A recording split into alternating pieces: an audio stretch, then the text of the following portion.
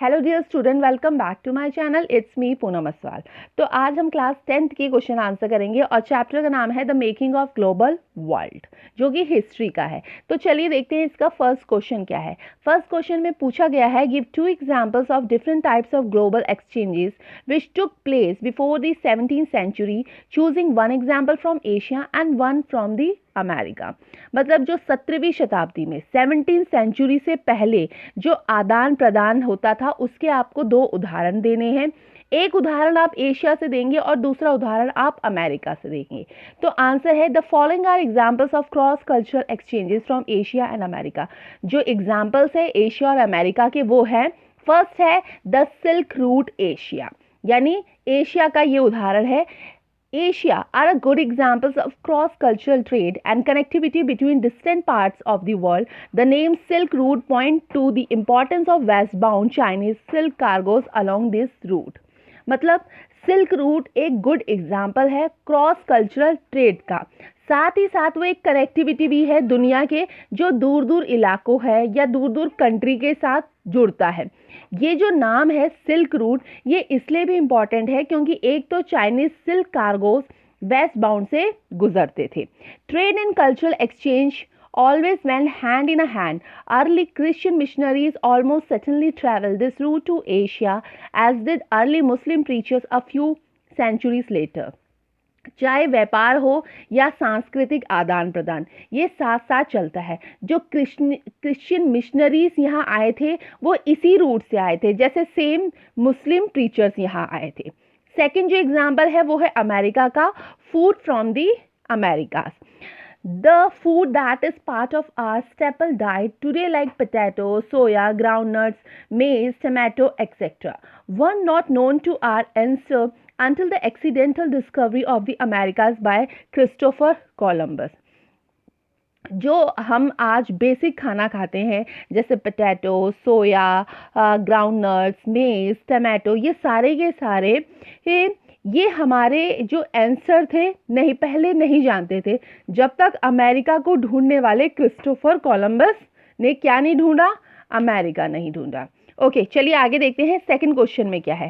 Second question में पूछा गया है, explain how the global transfer of disease in the pre modern world help in the colonisation of the Americas. मतलब जो global transfer हुआ, जो डिजीज आई किसे प्री मॉडर्न वर्ल्ड में, उसमें अमेरिका को कॉलोनाइजेशन करने में कैसे मदद मिली। तो आंसर है the global transfer of disease in the pre-modern world helped in the colonizations of Americas. The reason was that the Native Americans were not immune to the disease that the European settlers brought with them. The Europeans were to a certain extent immune to the effects of exposure, like smallpox, due to centuries of exposure, but the Native Americans had no such defense against these disease as they were isolated from the disease native to the old world. At times, settlers deliberately practiced biological welfare on the natives by giving items laced with the smallpox germs as gifts of friends. The disease was far more effective in wiping out entire tribes and communities without having to resort to firearms. मतलब reason ये था कि जो America के लोग थे वो इन बीमारियों से इम्यून नहीं हो पाते थे क्योंकि उनको इन बीमारी के बारे में पता ही नहीं था। जो यूरोपियन आकर वहाँ आए और वहाँ पर वो अपने साथ क्या लेकर आए, इन बीमारियों को लेकर आए। यूरोपियन लोग काफ़ी हद तक इम्यून थे इन बीमारियों के असर से। जैसे कौन सी बीमारी हो गई, स्मॉल पॉक्स हो गई, क्योंकि उनको इन बीमारियों के बारे में पहले से ही पता था। लेकिन अमेरिकन्स को इन बीमारियों के बारे में पहले से कुछ भी नहीं पता था, किनको, नेटिव अमेरिकन्स को। और इन बीमारियों से बचने के बारे में वो कुछ जानते भी नहीं थे। यूरोपियन ने ये अनजाने से क्या कर दिया, अमेरिकन लोगों को इन बीमारियों को पास कर दी और उन्होंने पूरी तरीके से इस आबादी को क्या कर दिया, ख़त्म कर दिया, क्योंकि ये बीमारी बहुत ज़्यादा फैल गई। Okay, now question number 3। Question number 3 में पूछा गया है write a note to explain the effects of the following. आपको नोट लिखना है जो नीचे टॉपिक दिए गए होंगे। फर्स्ट है the British government decision to the abolish the corn laws. Corn law के खत्म करने के बाद ब्रिटिश गवर्नमेंट का फैसला। तो आंसर है the British government decision to abolish the corn laws was due to pressure from the landed groups who were unhappy with the high price of food and the cheap inflow of agricultural products from Australia and America. As a result, many English farmers left their profession and migrated to town and cities. Some went overseas. The indirectly led to global agriculture and rapid urbanization and prerequisite of industrial growth. इसका क्या मतलब है? इसका ये है कि जो British सरकार द्वारा जो कॉर्न लॉ को समाप्त किए जाने के फैसले के बाद बहुत कम कीमत पर फूड का आयात किया जाने लगा। जो फूड आयात होता था और ब्रिटेन में वही फूड से उनकी कीमत कम थी। इससे ब्रिटिश फार्मर्स की हालत क्या हो गई? बिगड़ने लगी, क्योंकि वे आयात होने वाले फूड का मुकाबला नहीं कर सकते थे। एग्रीकल्चर बंद हो गई, हजारों लोगों को बेरोजगार हो गए और गांव से जो लोग वो क्या करने लगे? शहर की ओर जाने लगे। अगर वो कहीं दूसरे एक शहर में रहते थे तो वो दूसरी शहर में जाने लगे।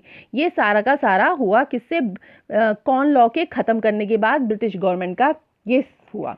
Okay, now question number B में पूछा गया है the coming of rinderpest to Africa. Africa में रिंडर पेस्ट का आना। तो आंसर है rinderpest had a terrifying impact on people's livelihood and local economy. Rinderpest killed 90% of the cattle, which destroyed African livelihoods. Planter, mine owners, and colonial government strengthened their power and forced African into the labor market. Rinderpest जब Africa आया तो लोगों की आजीविका और स्थानीय economy पर एक भयावह प्रभाव पड़ा। रिंडरपेस्ट के रास्ते में आने वाले को वो मौत की नींद सुला देता था। कौन? रिंडरपेस्ट, जिससे अफ्रीका में रोजी रोटी के साधन ही खत्म हो गए। वहाँ के बागान मालिकों, खान के मालिकों और औपनिवेशिक गवर्नमेंट ने अपनी पावर तब उनको दिखाई।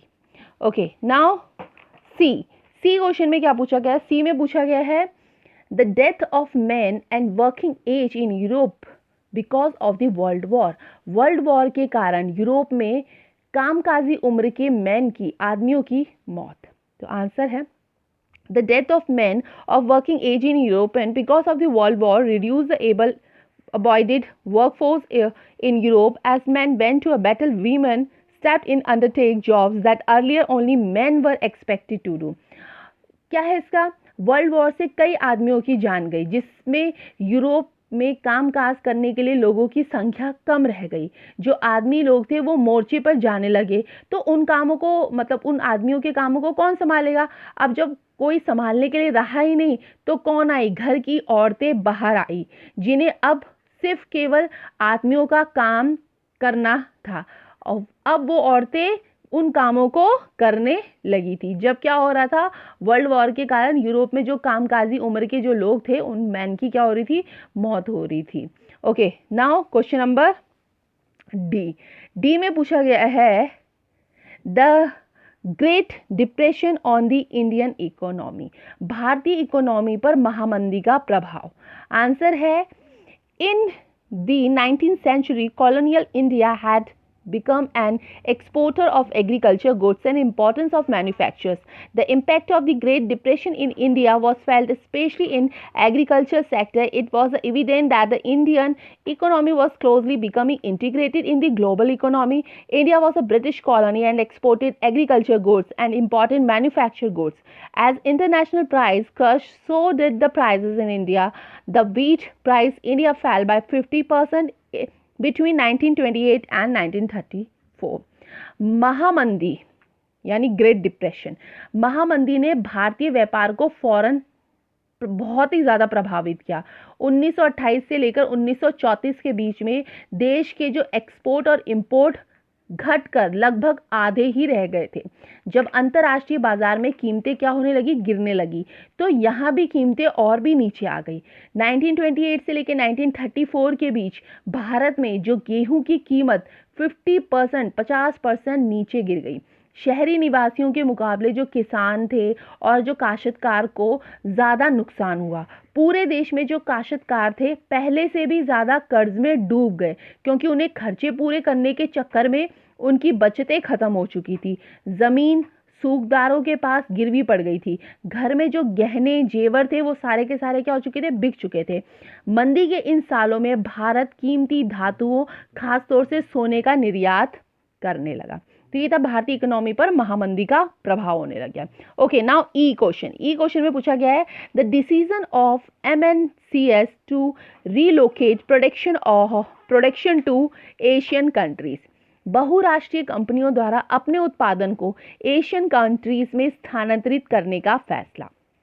आंसर है the relocation of industry to low wages countries stimulated world trade and capital flows in the last 2 decades. The world economic geography has been transformed as countries such as India, China and Brazil have undergone rapid economic transformation.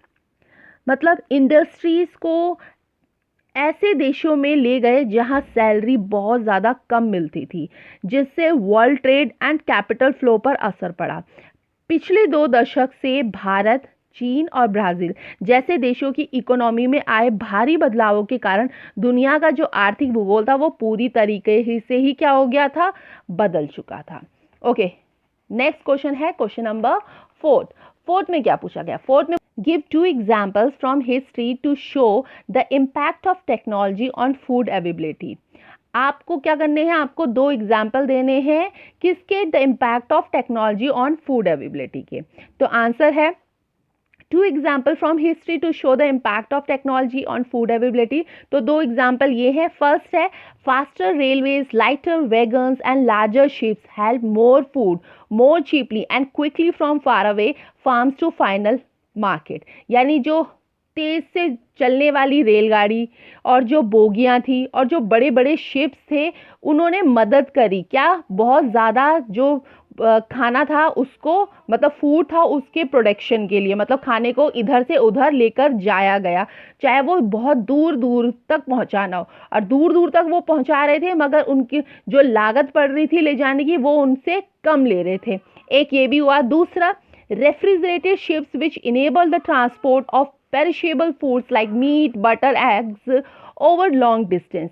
जो पानी के जो जहाज थे उसमें refrigerated की technique लगाई, उससे क्या हुआ, जो जल्दी खराब होने वाले खाने थे जैसे कि मीट, बटर, एग, वो उस रेफ्रिजरेट में रहते थे, तो वो ज़्यादा लंबी यात्रा भी कर पाते थे ये सारे के सारे सामान, और एक जगह से दूसरी जगह पे आसानी से पहुंच जाते थे, वो भी सही सलामत, मतलब टूटते फूटते बिल्कुल नहीं थे।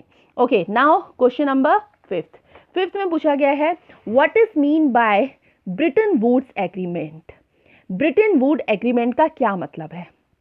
The Bretton Woods Agreement was signed between the world powers in July 1944 at Bretton Woods in New Hampshire, USA. It established the International Monetary Fund to deal with external surpluses and deficits of its member nation, and the International Bank for Reconstruction and Development was set up to finance more post-war reconstruction. मतलब Bretton Woods एक समझौता है, एक agreement है जो 1944 में America में new Hampshire में ब्रिटेन वुड्स में हुआ।